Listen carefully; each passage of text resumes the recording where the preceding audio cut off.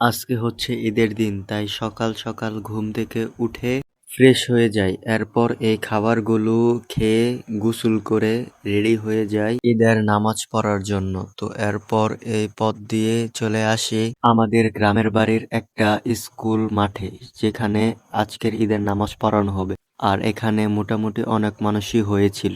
তো এরপর নামাজ থেকে এসে কিছুক্ষণ ফটোশুট করি।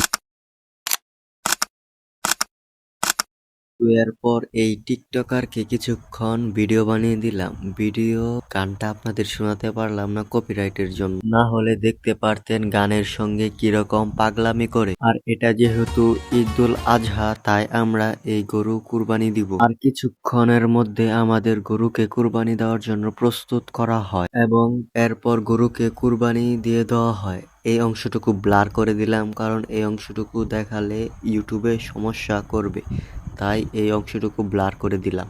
তো এরপর এই রাস্তা দিয়ে হাঁটতে হাঁটতে চলে আসি এই দোকানে। এই দোকান থেকে এই স্পিডটা নিয়ে স্পিডটা খেতে খেতে চলে আসি বাড়িতে। তো এরপর আমাকে কাজ দেওয়া হয় যারা মাংস বানাচ্ছিল তাদেরকে পান দিতে। তো এই পানটা নিয়ে চলে আসি তাদের কাছে এবং সবাইকে পান দিতে থাকি। তো এরপর বিকালে প্ল্যান হয় যে আমি আর আমার জ্যাঠা মিলে ফুফুদের বাড়িতে যাব মাংস দিতে। তো এরপর বাইকে করে গ্রামের চারপাশের জায়গা উপভোগ করতে করতে চলে আসি এরকম বিদ্যুৎ সংযুক্তির জায়গা, যেখান থেকে বিদ্যুৎ সরবরাহ করা হয়। তো এরপর আরো কিছুক্ষণ বাইকে করে যাওয়ার পর চলে আসি ভুগলিজাগি রেল ক্রসিং এর ওইখানে। তো এরপর আমরা এখানকার একটা দোকান থেকে কিছু জিনিসপত্র কিনে নিই। এরপর আবার রেল লাইন পার হয়ে কিছুক্ষণ যাওয়ার পর চলে আসি বড় ফুফুদের বাড়িতে। তো এখানে কিছুক্ষণ থেকে তারপর আবার ওইখান থেকে চলে আসি ছোট ফুফুদের বাড়িতে। তো এখানেও কিছুক্ষণ থেকে রাতে আবার রওনা হয়ে যাই বাইকে করে চেচুয়া বাজার আসার উদ্দেশ্যে। তো কিছুক্ষণের মধ্যেই চলে আসি চেচুয়া বাজার।